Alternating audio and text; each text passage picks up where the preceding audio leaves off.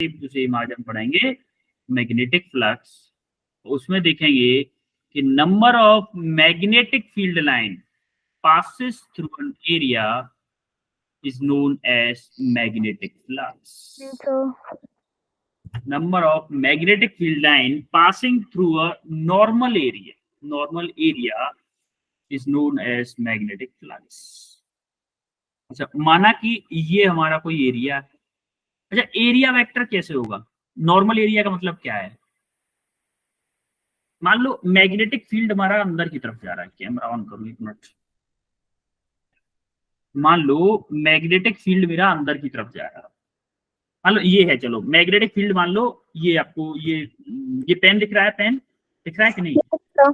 ये आपका magnetic field की डायरेक्शन ऐसे है और ये मेरा एरिया, क्या ये दोनों नॉर्मल हैं? Yes sir. हाँ भाई, यस सर। ये आपका ऐसे है, ये आपका ऐसे, दोनों के बीच में 90 डिग्री का एंगल है। तो क्या एरिया का एरिया वेक्टर भी ऐसे ही बनेगा? ये ब्लैक पेन आपका एरिया वेक्टर है और ये मैग्नेटिक फील्ड, दोनों के बीच में एंगल क्या है? सर 9। दोनों के बीच में नहीं, एरिया वेक्टर और आपका मैग्नेटिक फील्ड दोनों के बीच में एंगल आपका 0 है। यानी कि अगर हमारा कोई थीटा एंगल है, थीटा एंगल मान लो कोई टेढ़ा है, थोड़ा सा टिल्टेड एरिया रखा हुआ है, उससे मैग्नेटिक फील्ड लाइन ऐसे पास हो रही है, तो angle between area vector and magnetic field is angle हमारा थीटा। तो हमारा मैग्नेटिक फील्ड का फॉर्मूला क्या होगा? Radius cos theta. BA cos theta. तो हमारा क्या है? DS क्या है आपका? Surface area. इसका जो सरफेस एरिया है तो उसको हम फाइनल फॉर्म में लिखेंगे कि DS cos थीटा, इसको DS cos थीटा लिख सकते हैं, ये एरिया है आपका DS cos थीटा। अच्छा, DS cos थीटा को हम B.A लिख सकते हैं। Yes sir. भाई cos थीटा का मतलब cos थीटा डॉट प्रोडक्ट में आता है ना? Yes sir. A dot B क्या होता है? A भी cos थीटा होता है कि नहीं? सिमिलरली आपका B DS cos थीटा, तो क्या ये DS cos थीटा क्या A है? ये कैपिटल A तो है, इसको मैं A लिख दिया A। तो हमारा n वेक्टर क्या बता रहा है? अच्छा मुझे बताओ, n वेक्टर क्या बता रहा है यहाँ पे? डायरेक्शन। या फिर इसको मैं बोलूं कि ये क्या है? Unit vector. यूनिट वेक्टर ये ओनली डायरेक्शन बताने के लिए वजूद। अच्छा, तो हमने जैसे ही मैग्नेटिक फील्ड देखा तो हमारा नॉर्मल, अगर हम ओनली मैग्नीट्यूड बात करें तो हमारा फॉर्मूला आया phi equal to BA cos theta. क्या आया? Phi equal to BA cos theta. हमारा मैग्नेटिक फील्ड का फॉर्मूला आया, सॉरी मैग्नेटिक फ्लक्स का फॉर्मूला आया। यहाँ पे थीटा क्या है? Theta is angle between area vector and magnetic field line. Angle between area vector and magnetic field. अब हम देखेंगे कि अच्छा एक बात बताओ, अगर आपका जो एरिया है 0, जिसका एंगल अगर पॉजिटिव कब होगा भाई? पॉजिटिव, ये पॉजिटिव कब हो सकता है? तो cos थीटा पॉजिटिव हो, है कि नहीं? ये नेगेटिव कब होगा? जब cos थीटा नेगेटिव हो, यही ना होगा? अगर थीटा की वैल्यू आपकी 0 और 90 के बीच में आएगी तो आपका पॉजिटिव होगा, और 270 और 360 के बीच में आएगी तब भी आपका पॉजिटिव होगा, क्योंकि इन दोनों के बीच में आपका cos थीटा क्या होगा? पॉजिटिव होगा, इसलिए आपकी वैल्यू पॉजिटिव आएगी। और नेगेटिव कब होगा? सॉरी, जीरो कब होगा? 0 आपका 90, cos 90 की वैल्यू क्या होती है? 1 0 होती है। sin 90 की वैल्यू 1 होती है। cos 90 की वैल्यू आपको cos 90 की वैल्यू भी 0 होती है, cos 270 की वैल्यू भी क्या होती है? 0। अगर cos ये 0 हो जाएगा तो फ्लक्स 0 आएगा।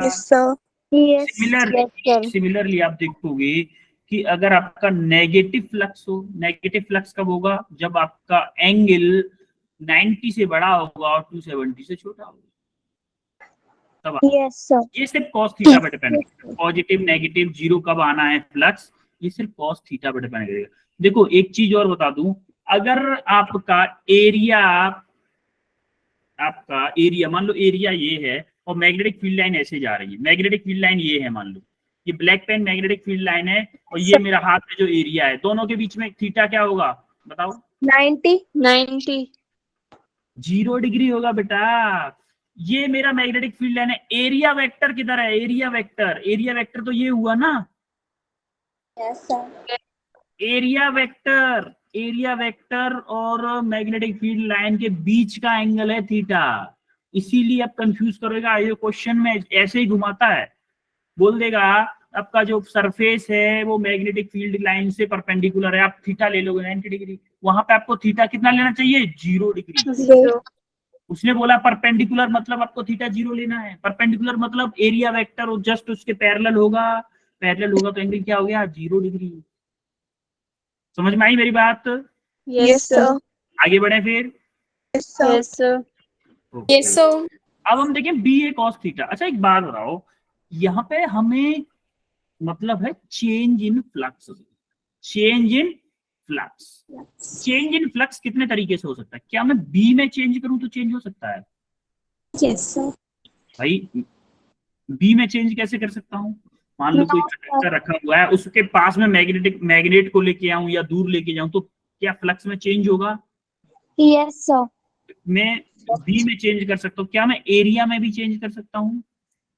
Yes, sir. Yes, sir. मान लो कोई छोटा स्प्रिंग छोटा कंडक्टर ले गया या बड़ा कंडक्टर ले गया, या फिर मैं ऐसा एरिया लगा दूं जो टाइम के साथ साथ बढ़ रहा है या टाइम के साथ साथ छोटा हो रहा है, इसके चेंज से भी चेंज हो सकता है मेरा फ्लक्स। तो फाई हमारा दो तरीके से चेंज हो सकता है, तीसरे तरीके से क्या थीटा से भी चेंज हो सकता है? Yes, sir.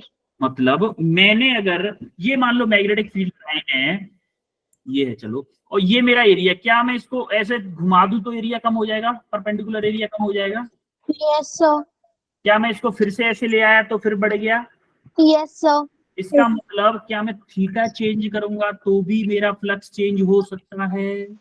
Yes, sir. या फिर इनमें से कोई भी दो चीजें कर दूं तो मेरा फ्लक्स चेंज हो जाएगा? अब फ्लक्स चेंज क्यों कर रहा हूं मैं, ये आपको फैराडे लॉ बताएगा कि हम चेंज क्यों कर रहे हैं। पहले हम सिर्फ इतना देखेंगे कि हमने देखा कि magnetic flux across the coil can be change by number 1 strength of the magnetic field, अगर हम चेंज करते हैं तो चेंज हो जाएगा। Number 2 area of the cross section change करते हैं तो।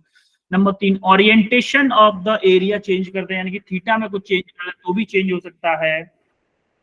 नंबर 4 होता है, या फिर इन दोनों में से, इन तीनों में से, ऊपर वाले में से कोई भी दो कर लो या कोई भी तीनों कर लो, तब भी तो फ्लक्स चेंज होगा। Yes, sir.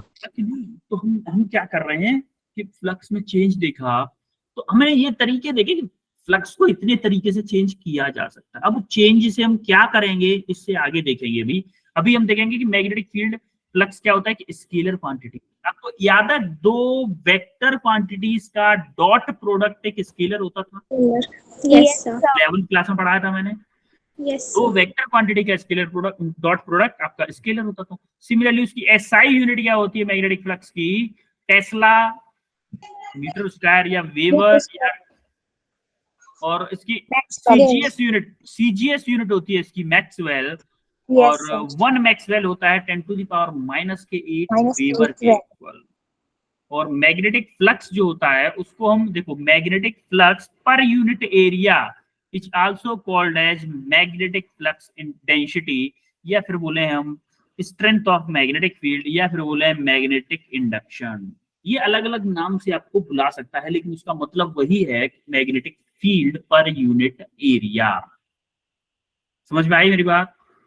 Sir. Yes, sir. आगे बढ़े। अब हम देखें, अब हम हमारा मेन चीज अब आने वाला है कि हम मैग्नेटिक फ्लक्स में चेंज क्यों चाहते थे। अच्छा एक बात बताओ, अगर मैं इस मैग्नेट को इधर उधर ले, अच्छा ये बताओ साउथ पोल से क्या मैग्नेटिक फील्ड लाइन निकल रही होंगी? एक लाइन ऐसे गई होगी, एक लाइन ऐसे गई होगी, एक लाइन ऐसे गई होगी, मान लो ऐसे गई होगी, कुछ लाइन ऐसे गई होगी, कुछ लाइन इससे पास भी हो रही होंगी कि नहीं हो रही होंगी? Yes, sir. Similarly south pole north pole से जाके ऐसे लाइन आ रही होंगी, कुछ लाइन ऐसे जो होंगी, मतलब कुछ ना कुछ लाइन उससे पास जरूर हो रही होंगी। अब क्या मैं इस मैग्नेट को इधर लेके जाऊं तो क्या इसमें, इस वाले कॉइल में, मतलब फर्स्ट कॉइल में मैग्नेटिक फील्ड चेंज होगा कि नहीं होगा? Yes, sir. इसका मतलब मैग्नेटिक फील्ड चेंज होगा, एरिया कांस्टेंट है, तो क्या मैग्नेटिक फ्लक्स चेंज होगा? क्योंकि हमारा फ्लक्स क्या है? बी ए कॉस थीटा। अगर मैं बी को बढ़ा रहा हूं तो क्या मेरा फ्लक्स भी बढ़ेगा? Yes, sir. Yes, sir. और आप देखोगे फैराडे ने देखा कि जब मैं फ्लक्स को बढ़ा रहा हूं तो मेरा एक करंट इंड्यूस्ड हो रहा है। जैसे ही आप मैग्नेट को इधर लेके आए तो आप देखोगे दोनों साइड में करंट इंड्यूस हुआ। Yes, sir. ये कब होता है? ये तब होता है जब आपका चेंज इन फ्लक्स होता है। इसने देखा कि कोई भी एक कॉइल ले लूं, कॉइल जो भी सर्किट कंप्लीट कर रही हो, उसमें अगर मैं फ्लक्स का चेंज करता हूं, मैग्नेटिक फ्लक्स का चेंज करता हूं, तो उसने देखा कि ईएमएफ जनरेट होता है। ईएमएफ जनरेट होता है, उसकी वजह से एक उसमें करंट फ्लो होता है, और उस करंट को हमने किससे देखा? गैल्वेनोमीटर की हेल्प से। उसने कहा भाई मैंने ना नॉर्थ इस लेफ्ट साइड में रखा, राइट साउथ राइट साइड में रखा, अब इसको उल्टा करके देखता हूँ। इसने क्या किया? सेकंड वाले में उल्टा किया। जैसे ही इसने उल्टा किया तो उसने देखा कि करंट भी अपोजिट करंट की डायरेक्शन चेंज हो जा रही है। देखो इसमें, देखो पहले क्या था? क्लॉकवाइज करंट थी, अब देखो एंटी क्लॉकवाइज हो गई। इसमें पहले क्लॉकवाइज थी, अब एंटी क्लॉकवाइज हो गई। मतलब हमारे नॉर्थ और साउथ पोल पे भी करंट की डायरेक्शन डिपेंड करेगी। ये बताएगा, डायरेक्शन कौन बताएगा? Lenz law. लेंज लॉ आपको डायरेक्शन बताएगा, लेकिन मैग्नीट्यूड कौन बताएगा? फैराडे। तो हमें यहां से क्या पता चला कि अगर हम किसी कॉइल में मैग्नेटिक फ्लक्स चेंज करें तो उसके अंदर एक ईएमएफ जनरेट होता है, जिसकी वजह से उसमें करंट फ्लो होने लगती है। ये किसने देखा? फैराडे ने एक्सपेरिमेंट करके देखा। अब देखो इसको थोड़ा सा एक्सटेंडेड वे में देखते, जूम करके। क्या ये मैग्नेट की ऐसे मैग्नेटिक फील्ड लाइन होंगी? Yes, sir. अब हमने क्या किया, उस वही एक्सपेरिमेंट है, बस थोड़ा सा एक अकेला अकेला लेके दिखाया है कि थोड़ा सा जूम करके। जैसे ही इसको पास में लेके गए, क्या देखो देखो, जैसे ही इसको पास में लेके गए थे, क्या मैग्नेटिक फील्ड लाइन ज्यादा पास हुई थी इस कॉइल से?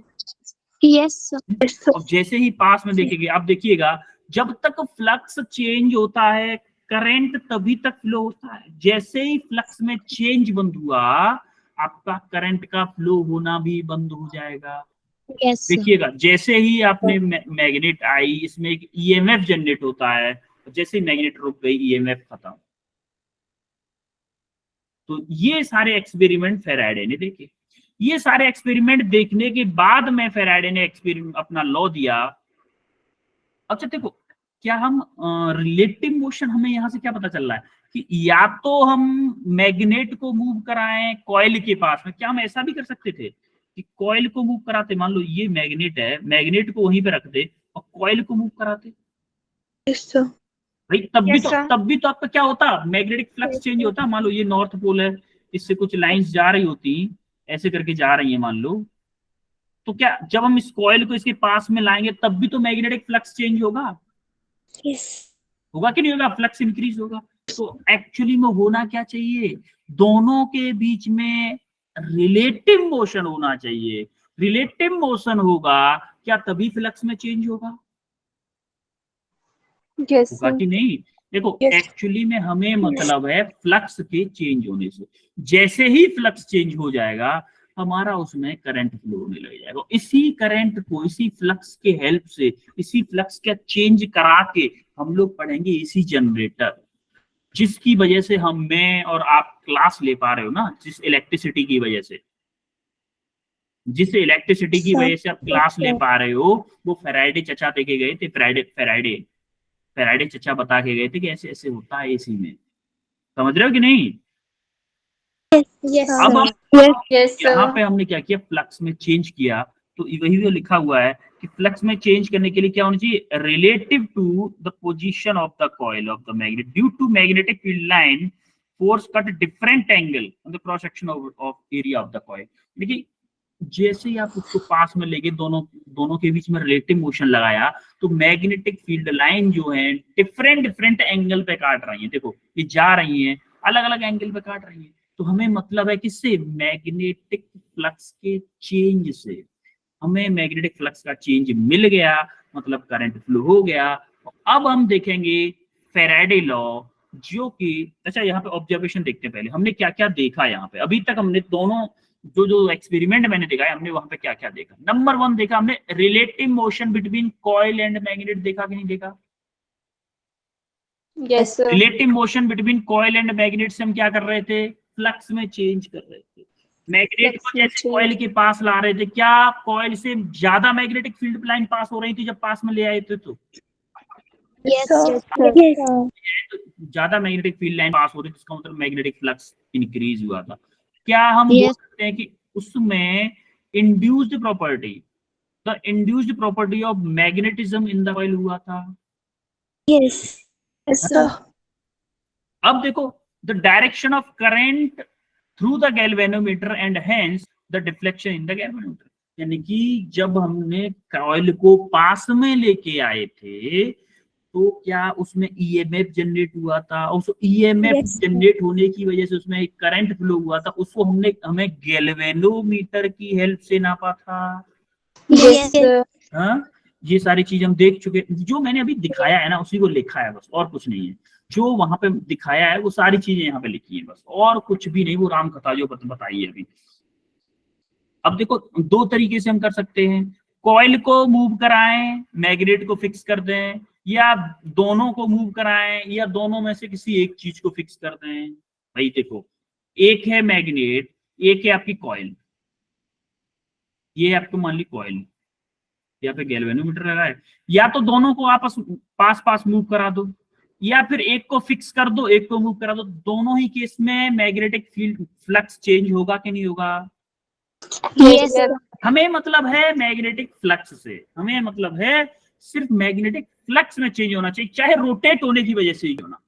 आगे पढ़ेंगे हम कि रोटेट होने की वजह से मैग्नेटिक फ्लक्स, रोटेशनल मैग्नेटिज्म आगे पढ़ेंगे नेक्स्ट क्लास में, जब भी होगी हमारी नेक्स्ट क्लास तो हम उसमें देखेंगे। ये सारी चीजें जो मैंने अभी तक बताई, magnetic flux link with the coil relative to position of the coil in the magnet and magnet, relative motion पर डिपेंड करता है, दोनों की रिलेटिव मोशन। समझ में आ रही कि नहीं बात? Yes, sir. हमेशा Yes, सीधा सीधा मतलब है मैग्नेटिक फ्लक्स के चेंज से।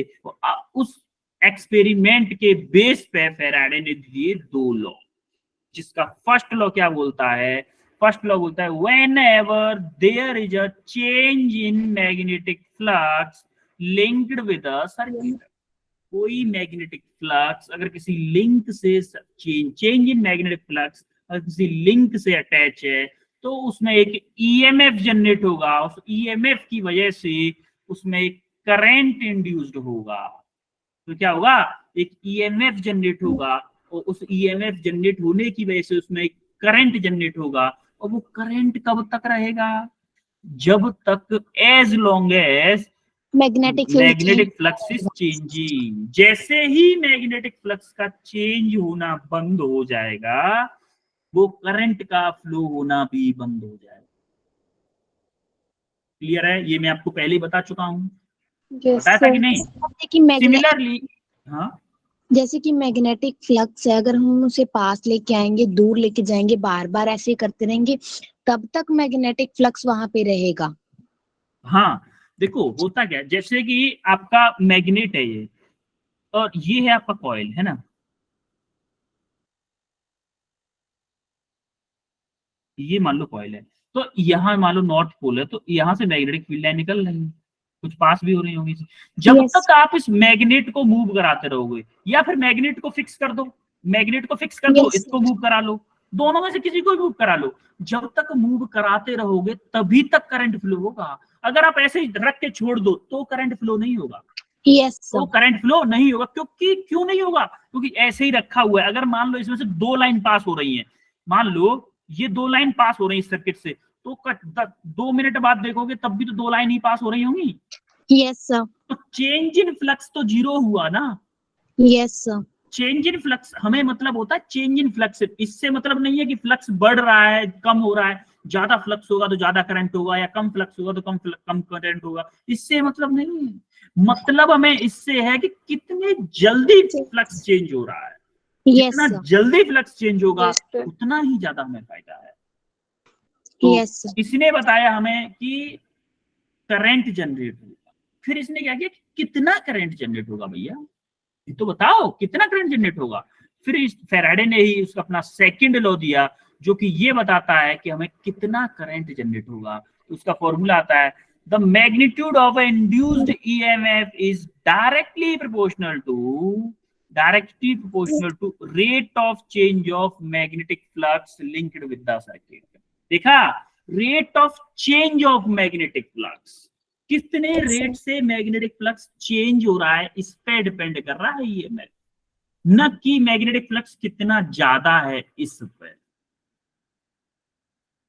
समझ में आ रही है बात? तो देखो, मैग्नेटिक फ्लक्स चेंज क्या कहना चाह रहा है, is directly proportional to minus K D phi over D T. अच्छा, रेट ऑफ चेंज को हम यही तो बोलते हैं, रेट ऑफ चेंज को यही ना बोलेंगे इसको, d phi over D T.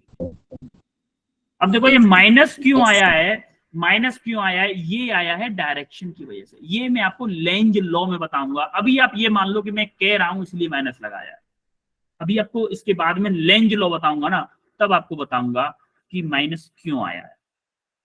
ठीक है?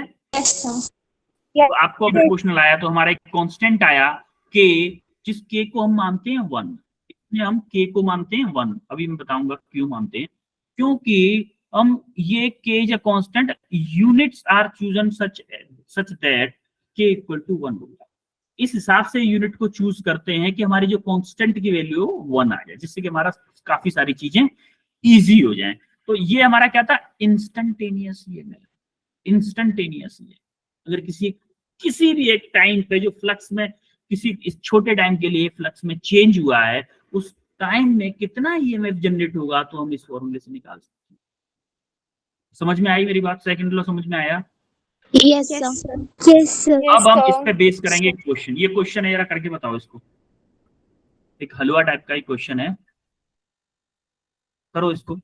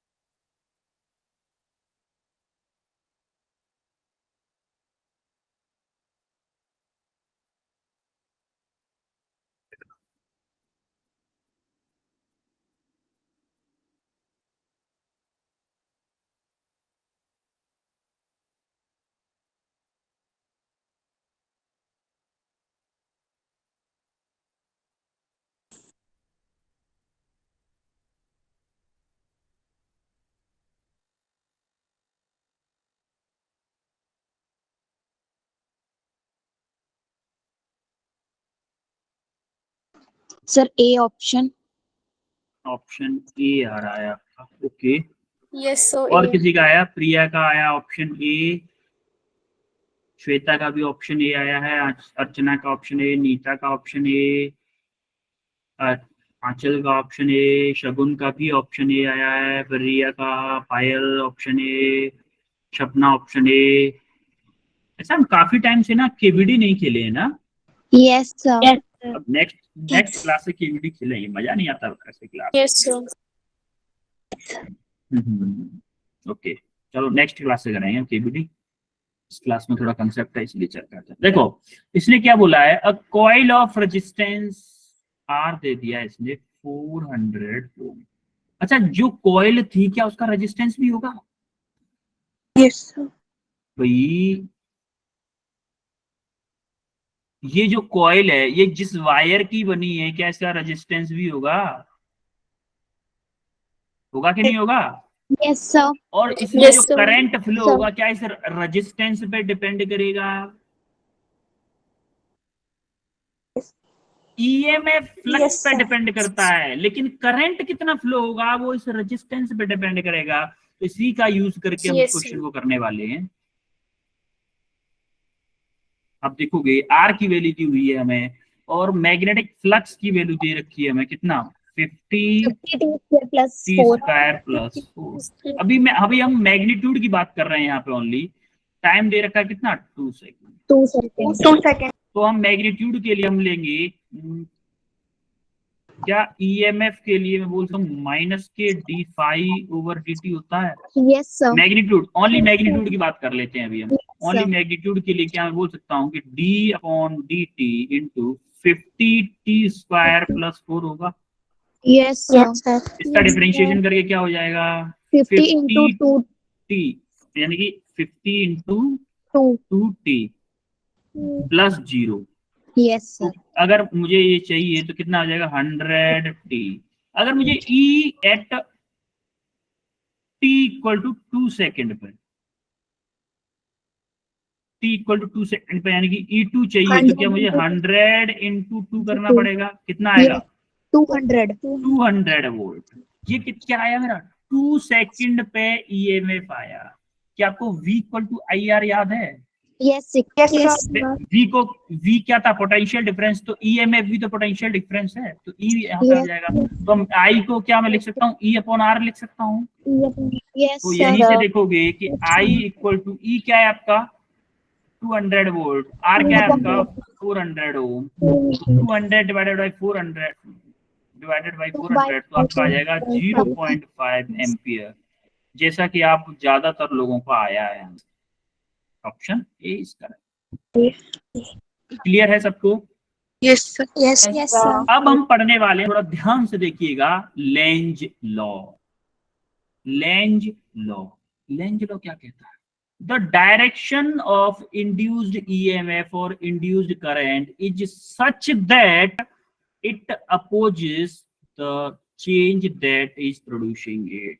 मतलब ये कहना चाह रहा है कि जो कॉइल में करंट आएगा। अच्छा एक बात बताओ, एक मुझे सिंपल से एक बात बताओ, अगर किसी कॉइल में करंट है, क्या इसके कारण मैग्नेटिक फील्ड होगा? Yes, sir. Yes sir. होगा कि नहीं होगा? अगर हम फ्लक्स में चेंज कर रहे हैं, अगर हम फ्लक्स में चेंज कर रहे हैं, उसकी वजह से ईएमएफ आ रहा है और उस ईएमएफ की वजह से करंट आ रहा है, तो क्या उस करंट की वजह से भी मैग्नेटिक फील्ड आएगा? Yes, sir. Yes sir. आएगा कि नहीं आएगा? Yes, yes sir. सर। वो जो करंट की वजह से मैग्नेटिक फील्ड आएगा, वो ऐसा मैग्नेटिक फील्ड आएगा जिसकी वजह से जो अप्लाइड मैग्नेटिक फील्ड था उसका अपोजिट होगा। देखो ये बोल रहा है कि जो इंड्यूस्ड करंट होगा वो इस तरह से होगा जिसके कारण इंड्यूस्ड करंट आया है उसी का अपोजिट करंट। मतलब बेटा करंट है, पप्पा है कौन? Magnetic field, magnetic flux. तो उस मैग्नेटिक फ्लक्स का ही अपोज करेगा करंट, ऐसा कुछ करंट बनेगा इसमें। देखो थोड़ा सा समझाता हूं मैं आपको। मान लो कि ये कोई मैग्नेटिक फील्ड है, फॉर एग्जांपल मैं आपको बता रहा हूं, ठीक है। ये कोई कॉइल है, पहले था मान लो आधा बाहर था आधा अंदर था, तो इस कॉइल को मैं अंदर लेके जा रहा हूं, अंदर ले गया, मैग्नेटिक फील्ड किधर है? अंदर की तरफ है इसमें। Yes inward. Yes, इनवर्ड है sir. ना? अच्छा अब Yes, जब sir. मैं इसको अंदर ले गया तो क्या फ्लक्स में चेंज होगा? Yes Yes, sir. sir. क्या Yes, फ्लक्स sir. इंक्रीज हो रहा है? फ्लक्स इंक्रीज हो रहा है। Yes Yes, sir. sir. Area बाहर था कुछ, जब एरिया उसके पूरा अंदर आ जाएगा तो क्या ज्यादा मैग्नेटिक फील्ड लाइन पास होंगी उस एरिया से? Yes, yes, sir. Yes, अगर sir. फ्लक्स इंक्रीज हो रहा है तो मान लो कि अभी ये आ गया इस कंडीशन में, फॉर एग्जाम्पल ले रहा हूं मैं, बस इतना याद रखिएगा।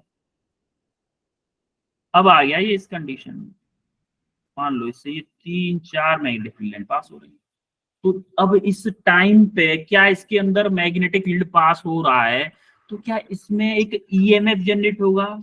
Yes sir. ईएमएफ जनरेट होगा तो क्या इसके कारण एक करंट भी जनरेट होगा इस कॉइल में, सर्किल में? अच्छा जो कॉइल में करंट होगा वो ऐसे होगा कि मैग्नेटिक फील्ड को डिक्रीज करे, क्योंकि ये करंट किसकी वजह से आ रहा है? मैग्नेटिक फ्लक्स के बढ़ने की वजह से आ रहा है ना। Yes sir. मैग्नेटिक फ्लक्स के बढ़ने की वजह से इसमें करंट आ रहा है। जो करंट आएगा इसमें वो मैग्नेटिक फ्लक्स के बढ़ने की वजह से आएगा, तो करंट ऐसा आएगा जो कि मैग्नेटिक फ्लक्स को यानी कि फाई को डिक्रीज करे। यानी कि इस कॉइल में कैसे करंट करूं, अभी मैग्नेटिक फील्ड कैसे है, अंदर की तरफ है। अगर करंट मैंने ऐसे लगा दिया कि उसका मैग्नेटिक फील्ड अंदर की तरफ आ गया, तो क्या मैग्नेटिक फ्लक्स बढ़ेगा कि घटेगा? सर रिपीट करना एक बार। मैं अभी बता रहा हूं, सुनो कि हमारा जो मैग्नेटिक फ्लक्स, जब हम इस कॉइल को अंदर लेके आए, तो मैग्नेटिक फ्लक्स बढ़ रहा है या घट रहा है? सर बढ़ रहा है। बढ़ रहा है। मैग्नेटिक फ्लक्स बढ़ा है, तो मैग्नेटिक फ्लक्स के बढ़ने की वजह से क्या इस कॉइल में करंट आएगा? Yes sir. अब वो करंट की डायरेक्शन वो डायरेक्शन होगी जो कि मैग्नेटिक फ्लक्स को कम करेगी। Yes sir. Yes sir. अच्छा एक बात बताओ, मैग्नेटिक फ्लक्स की डायरेक्शन कब हो सकती है? क्या मैग्नेटिक फ्लक्स की डायरेक्शन, जो पहले मैग्नेटिक फ्लक्स था उसी डायरेक्शन में अगर मैग्नेटिक फ्लक्स हो गया तो बढ़ेगा कि नहीं बढ़ेगा? इसका मतलब जो करंट है उसके द्वारा जो मैग्नेटिक फील्ड आए उसकी डायरेक्शन आउटवर्ड होनी चाहिए, तभी तो उसका अपोज करेगा। Yes sir. इसका मतलब अगर मैं करंट को क्लॉकवाइज कर दूं, क्या होता था, करंट की डायरेक्शन में उंगलियों को कर्ल करते थे, तो हमारा अंगूठा क्या बताता था, मैग्नेटिक फील्ड की डायरेक्शन। अगर मैं एंटी क्लॉकवाइज ऐसे ऐसे करके, यानी कि आपकी साइड से देखूं, मैं अपनी साइड से देख रहा हूं क्लॉकवाइज है, आपकी साइड से देखूंगा तो एंटी क्लॉकवाइज, मतलब मैं ऐसे करंट को करूं तो मेरा मैग्नेटिक फील्ड किधर आ रहा है, अंदर की तरफ। मतलब अगर अंदर ही पहले से लग रहा था, अगर मैंने अंदर ही करंट के कारण मैग्नेटिक फील्ड लगा दिया, तो ये तो मैग्नेटिक फील्ड को बढ़ाएगा, मैग्नेटिक फ्लक्स को। Yes sir. तो मैं चाहिए कैसा, कम करने वाला। तो क्या मैं करंट को ऐसे लगाऊं, ऐसे करके, क्योंकि मेरा अंगूठा बाहर पॉइंट कर रहा है, तो जिसकी वजह से मैग्नेटिक फील्ड किधर होगा, बाहर होगा, तो करंट इसमें किधर होगा, ऐसे करके। समझ में आई बात? Yes sir. स्टेटमेंट क्या कह रहे हैं उससे कुछ भी समझ में नहीं आने वाला। स्टेटमेंट जो स्टेटमेंट लिखा हुआ है उससे कुछ समझ में ही नहीं आ रहा। पढ़ो जरा, कुछ समझ में आ रहा है, देखो जरा पढ़ के। नहीं आ रहा होगा समझ में, स्टेटमेंट से कुछ समझ में नहीं आने वाला, लेकिन ये जो मैंने बताया उससे समझ में आएगा। Yes sir. Yes sir. Yes sir. Clear हुआ इतना? Yes yes sir. अभी टाइम कितना है हमारे पास, अभी है 15-20 मिनट है, ठीक है। सर अगर हमारे पास मैग्नेटिक फील्ड कम होता, अगर हमने उसको इंक्रीज करना होता, तो हमारा करंट इनवर्ड डायरेक्शन में ही जाता ना। यस बिल्कुल सही बात बोली आपने। अगर यहीं पे हमारा मैग्नेटिक फील्ड कम होने की वजह से करंट आता, मैग्नेटिक फील्ड कम होने की वजह से करंट आता, मान लो फॉर एग्जांपल, एक और आपका ही एग्जांपल दे देता हूं मैं, चलो आपने बहुत अच्छा एग्जांपल पूछा है क्वेश्चन। जैसे मान लो कि ये मेरा मैग्नेटिक फील्ड था, कोई और है, ग्रीन कलर से ले रहा हूं, मतलब एक और एग्जांपल, अलग एग्जांपल है ये। पहले कॉइल थी पूरी अंदर, अब मैं इसको बाहर ले रहा हूं, क्या मैग्नेटिक फील्ड चेंज होगा? मैं इसको बाहर की तरफ ले रहा हूं, तो क्या मैग्नेटिक फील्ड डिक्रीज होगा? Yes sir. Yes sir. है, मान लो वेलोसिटी बाहर की तरफ, क्या मैग्नेटिक फील्ड डिक्रीज होगा? अब जो मैग्नेटिक की डायरेक्शन आएगी करंट की, अब जो करंट की डायरेक्शन आएगी इस कॉइल में, मान लो यहाँ पे आ गया कॉइल, अब इसमें जो डायरेक्शन आएगी करंट की, वो कौन सी आएगी? ऐसी डायरेक्शन आएगी जो कि मैग्नेटिक फील्ड को बढ़ाए, क्योंकि कम होने की वजह से आया है ना करंट। Yes sir. करंट कम होने की वजह से आया है, इसलिए चाहेगा कि ये करंट की डायरेक्शन बढ़े। तो देखो मैग्नेटिक फील्ड किधर है, अंदर की तरफ है, तो करंट हमें ऐसे लगाना पड़ेगा कि जिसकी वजह से मैग्नेटिक फील्ड अंदर की तरफ ही आए। Yes sir. तो अब कैसे लगाना पड़ेगा, देखो अंगूठा अंदर जाना चाहिए, तो आप करंट को कैसे लगाओगे, ऐसे करके। समझ में आ रही मेरी बात? आपको देखो यस। तो आपको डायरेक्शन क्या होगी, ऐसे करके होगी। क्लियर है इतनी बात? यस दोनों एग्जांपल से, ये एग्जांपल मान लो 1 Yes, था sir. और ये आपका एग्जांपल 2 था। क्लियर है? यस लेंथ अब देखो, जो माइनस थी, आपको याद है उसमें माइनस थी। Yes sir. फैराडे लॉ में, सेकंड लॉ में क्या था? Yes sir, minus D equal to minus d∅/dt। अब ये माइनस क्यों थी? क्योंकि भैया जो फ्लक्स आप अप्लाई कर रहे हो, क्या हमारा करंट चाह रहा है कि आपका मैग्नेटिक फ्लक्स उल्टा हो? अगर घट रहा है तो मैग्नेटिक फ्लक्स को बढ़ाने की कोशिश कर रहा है, और अगर बढ़ रहा है तो मैग्नेटिक फ्लक्स को कम करने की कोशिश कर, हमेशा क्या उल्टा चल रहा है? Yes, sir. Yes, अगर sir. उल्टा चलेगा, Yes, sir. अगर उल्टा चलेगा तो क्या माइनस साइन आएगा? Yes, तो sir. याद है मैंने अभी Yes, बताया sir. था कि डायरेक्शन को मैं लेंज लॉ की हेल्प से बताऊंगा, मान लेना आपकी माइनस आएगा, मैं बोल रहा हूँ सर इसकी भरोसा कर। ये माइनस साइन है, ये अपोजिंग नेचर होगा इंड्यूस्ड ईएमएफ का। हाँ, अपोजिट नेचर होगा, बिल्कुल बिल्कुल। क्लियर है?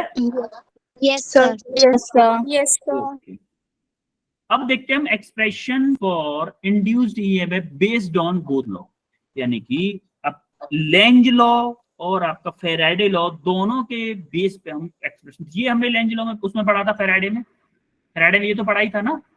Yes, तो sir. क्या हमारा, अगर हमारा n नंबर ऑफ टर्न है, मान लो कोई कॉइल था जिसमें n नंबर ऑफ टर्न्स थे, तो क्या एरिया उतने ही टाइम्स बढ़ जाएगा? Yes sir. भाई एक Yes, कॉइल को sir. लेके जा रहे हो तो ए एरिया होगा, मान लो उसी टाइप की 10 कॉइल को लेके जा रहे हो, क्या 10 ए एरिया होगा? Yes, sir. Yes, sir. Yes, sir. यानी कि मैं बोल सकता हूं कि क्या मेरा जो इलेक्ट्रिक फील्ड, सॉरी ईएमएफ जो होगा, क्या minus K N d phi over D t हो जाएगा? Yes, sir. Minus K N d phi over D t हो जाएगा, तो क्या मैं इसको minus K N phi two minus K phi one divided by T भी लिख सकता हूँ? Yes, sir. अच्छा, इंड्यूस्ड करंट अगर मुझे चाहिए तो, करंट मुझे चाहिए तो क्या करूंगा? क्या करंट के लिए V equal to I R जो होता था, या फिर मैं बोल दूं E equal to I R जो था, तो I चाहिए तो मुझे क्या E अपॉन आर होगा? Yes, तो E अपॉन आर के लिए यहां से देखो E को पुट कर दो, E की जगह पे R नीचे रहेगा, तो क्या मेरा ये एक्सप्रेशन आ जाएगा? Yes, sir. Minus d phi over R d t. अब Yes, यहां से sir. देखोगे, अगर आपको चार्ज चाहिए तो क्या मैं I को D Q over D T लिख सकता हूँ? Yes, sir. आई को D Q over D T लिख सकता हूँ कि नहीं लिख सकता हूँ? तो जैसे ही आई को D Q over D T लिखोगे तो डी टी से डी टी कैंसिल हो जाएगा, डी टी से Yes, आपका sir. क्या होगा? डी टी से डी टी कैंसिल हो जाएगा, तो आपका क्या होगा? D Q equal to minus K D phi over R expression आ गया। तो यहां से आप देखोगे कि induced EMF does not depend on resistance, does not depend on resistance of the circuit, whereas the induced current and induced charge depend on resistance. Current और charge depend करता है, ईएमएफ डिपेंड नहीं करता। मैंने आपको बताया था कि ईएमएफ ओनली फ्लक्स पे डिपेंड करता है, करंट और चार्ज आपका किस पे डिपेंड करता है? रेजिस्टेंस पे डिपेंड करता है। समझ में आ रही मेरी बात? Yes, sir. ये बात मैं आपको पहले भी बता चुका हूं, ये द्वारा लिखी है, बस इसलिए मैंने द्वारा बता दिया। Methods of producing induced EMF. अब देखो कितने तरीके से हम वो कर सकते थे, बाय चेंजिंग मैग्नेटिक फील्ड। ये चीज बता चुका हूं कि नहीं? हम मैग्नेटिक ईएमएफ किससे कैसे कैसे कर सकते हैं? मैग्नेटिक फील्ड को चेंज करके। Yes sir. अरे मैग्नेटिक Yes, फील्ड को sir. चेंज करके भी तो कर सकते हैं, दो तरीके थे, यस तीन, सर। सॉरी, मैग्नेटिक फील्ड को चेंज करके, एरिया को चेंज करके और एंगल को चेंज करके। Yes, ये तीन sir. तरीके थे। Yes, तो sir. पहला तरीका हम Yes, देख रहे हैं sir. उसमें कि मैग्नेटिक फ्लक्स को चेंज किया जा रहा है, कैसे? मैग्नेटिक फील्ड को चेंज करके, यानी कि मैग्नेट को आसपास लेके जाओ, या तो पास लेके जाओ, दूर लेके जाओ, फिर पास लाओ, फिर दूर ले जाओ, ऐसे मैग्नेटिक फील्ड में चेंज कर रहे हैं। सेकंड होगा हमारा एरिया को चेंज कैसे करेंगे भाई? मान लो कि ये कोई आपका मैग्नेटिक फील्ड है, ये कोई कॉइल है, ये कोई भाई अभी मैंने सर्कुलर कॉइल का एग्जांपल दिया था, Yes, क्या sir. अब रेक्टेंगुलर भी तो हो सकती है वो? यस तो ये देखो जब ये आगे जाएगा, ये जब आगे मूव कर रहा है तो फ्लक्स में इंक्रीज हो रहा था, डिक्रीज हो रहा Sir. है? Sir increase. Increase. तो क्या हमारा जो नेट जो करंट की डायरेक्शन होगी वो क्या चाहेगी? Outward direction. डिक्रीज चाहेगी। देखो अभी क्या है, फ्लक्स आपका मैग्नेटिक फील्ड इनवर्ट डायरेक्शन है, तो Yes. हमारा जो इंड्यूस्ड फ्लक्स, हमारा जो करंट होगा उसकी वजह से मैग्नेटिक फ्लक्स किधर आना चाहिए? आउटवर्ड। आउटवर्ड। तो किसका अपोजिट करेगा? आउटवर्ड आना चाहिए। आउटवर्ड आना चाहिए तो बताऊं ये करंट की डायरेक्शन क्या होगी इस कॉइल में? सर जब बाहर होगा कि मैग्नेटिक फील्ड के अंदर होगा हमारा ये कॉइल? बेटा मैग्नेटिक फील्ड के अंदर है, मतलब मूव करके आ रहा है। जिस टाइम पे फ्लक्स चेंज हो रहा है उस टाइम पे करंट की डायरेक्शन क्या होगी? मैंने आपको दो एग्जांपल बताए थे। आउटवर्ड। करंट की डायरेक्शन, मैग्नेटिक फील्ड की डायरेक्शन नहीं बेटा, करंट की डायरेक्शन पूछ रहा हूँ। इनवर्ड से इनवर्ड अरे एंटी क्लॉकवाइज। हाँ, क्लॉकवाइज एंटी क्लॉकवाइज ऐसे, क्योंकि इनवर्ड आउटवर्ड तो मैग्नेटिक फील्ड है, yes L magnetic field inward है। हमारा करंट की वजह से मैग्नेटिक फील्ड होना चाहिए आउटवर्ड, क्योंकि मैग्नेटिक फील्ड इंक्रीज हो रहा है। तो आउटवर्ड मैग्नेटिक फील्ड कैसे आएगा? अंगूठे को बाहर रखो, उंगलियों को कर्ल करो, कैसे आ रहा है? Anti clockwise. तो एंटी क्लॉकवाइज।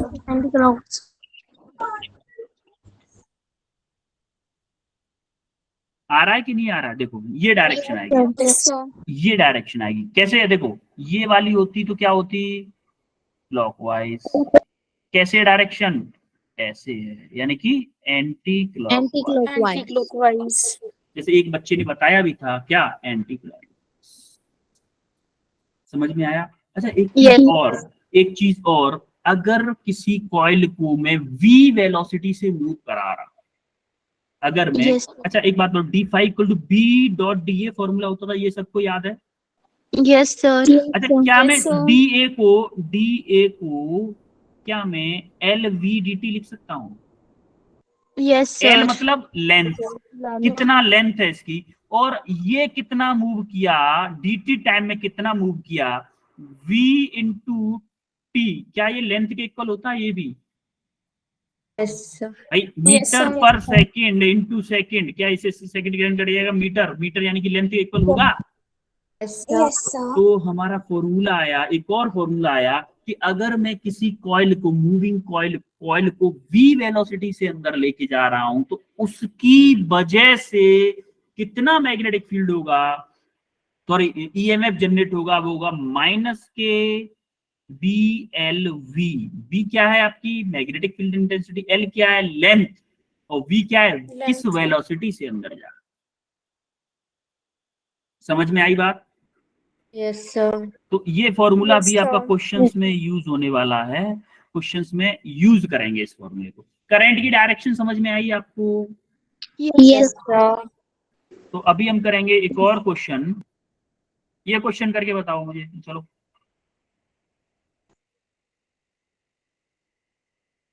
ये क्वेश्चन करो। नीट 2019 में आया है क्वेश्चन।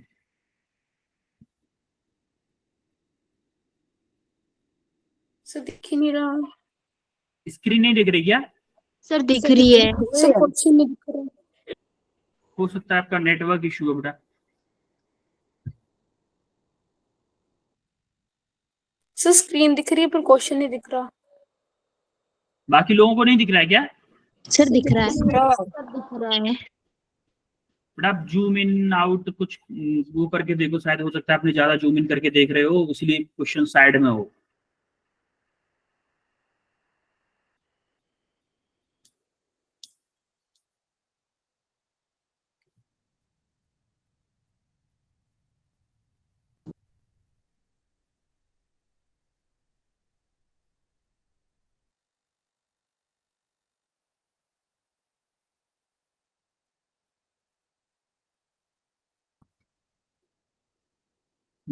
आंसर आएगा किसी का? सर सी। पायल का ऑप्शन सी आया है।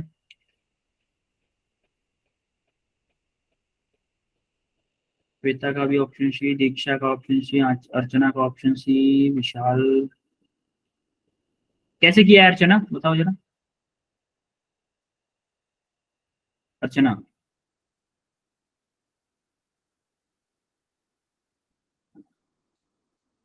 अर्चना, पायल।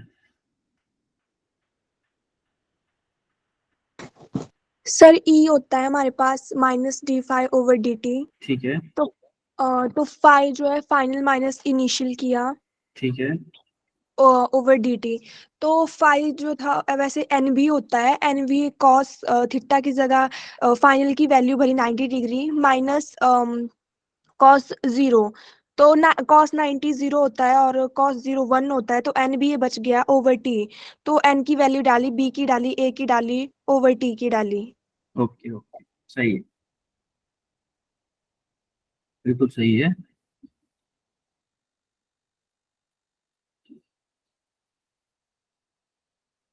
अभी देखो अपन लोग करते हैं, एन कितना है, नंबर ऑफ टर्न कितना है 800, 800 एरिया कितना है 0.05 0.05 metre square, perpendicular magnetic field कितना है, एरिया परपेंडिकुलर है उसके कितना 5 into 10 to 5 power into 10 minus raised के to power 5 minus 2 tesla. Tesla. अच्छा एक बात बताओ, मैग्नेटिक फील्ड ऐसे है और एरिया उसके जस्ट परपेंडिकुलर है यस सर। इनिशियली, तो थीटा वन क्या होगा? 0 0 0 देखो ये क्या था आपका, एरिया वेक्टर कैसे होगा, क्या यही होगा एरिया वेक्टर, यस सर। और ये क्या है Yes, sir. आपका मैग्नेटिक फील्ड है, तो दोनों के बीच में आपका थीटा वन हो जाएगा 0 डिग्री, तो आपका यस थीटा सर। वन क्या होगा, Yes, sir. 0 0 degree. Theta one आपका हो जाएगा 0 डिग्री। सिमिलरली उसके बाद उसको 90 डिग्री रोटेट किया गया है, तो अब आपका Yes, थीटा टू हो जाएगा 90 degree, Yes, 90 sir. Degree rotate किया है तो 90 डिग्री हो गया। अब आपको आपको चाहिए क्या, ईएमएफ चाहिए, EM ईएमएफ इंड्यूस्ड पूछा है, ईएमएफ आपका होता है माइनस के फाइव टू माइनस के five one divided by T, था कि नहीं है, यस सर। ब्रैकेट में बंद कर लो इसको, माइनस के फाइव टू क्या है, क्या sir 5 N to B 9 A cos theta two yes minus sir. N B A BA cos cos theta one divided by T, क्या है टी को टी रहने देते हैं अभी तो। अब आप देखोगे कॉस थीटा टू की वैल्यू क्या है, थीटा टू की वैल्यू क्या है 90 डिग्री, तो क्या 90 ये डिग्री। क्या ये पूरा जीरो हो जाएगा, यस सर। तो आपके पास बचेगा, देखो ये माइनस है ये भी माइनस है, तो दोनों प्लस हो जाएगा, तो आपके पास बचेगा एन बी ए। अच्छा कॉस जीरो की वैल्यू क्या होगी, कॉस जीरो की वैल्यू 1 हो जाएगी, 1 इसकी वैल्यू 1 हो जाएगी, तो इंटू 1 डिवाइडेड बाई टी। अब यहाँ से इनकी वैल्यू डाल दो, एन क्या है आपका 800 800 और ए क्या है, बी क्या है आपका 5 into 10 to the power minus के 5 इंटू ए क्या है आपका 0.05 डिवाइडेड बाई टी क्या है आपका T T T T T क्या है 0.1 सेकेंड। 0.1 तो इसको सेकंड। सॉल्व करोगे तो आपका ई आ जाएगा lump 0.02, 2 yes sir. Option C. C. Clear है, सबको क्लियर है? Yes sir. ओके देन इसका सॉल्यूशन ये रहा। अब एक और क्वेश्चन कर दो जरा जल्दी से, ये लास्ट क्वेश्चन और कर दो, उसके बाद भागते हैं। Yes sir.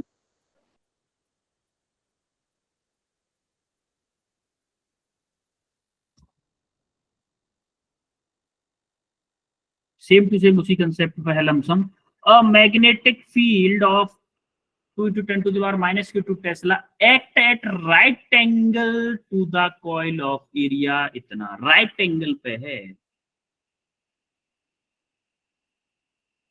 with 50 turn है, average EMF induced in the coil is 0.1 volt, when it removed from field in time t the value of t is, time t पूछा है उसने। अच्छा रिमूव कर दिया तो फ्लक्स क्या बचेगा फिर, जीरो। अगर किसी मैग्नेटिक फील्ड से किसी कॉइल को रिमूव कर दोगे तो उससे पास होने वाली मैग्नेटिक फील्ड लाइन जीरो होगी कि नहीं, यस सर। Yes, sir. भाई मैग्नेटिक फील्ड में ही नहीं है तो उसके अंदर करंट क्या जनरेट होगा, कुछ भी नहीं, मैग्नेटिक फ्लक्स जीरो तो सब कुछ जीरो। करो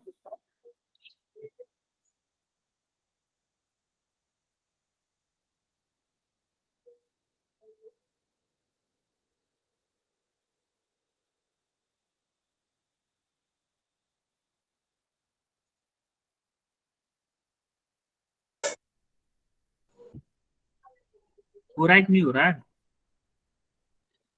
से कर रहे हैं।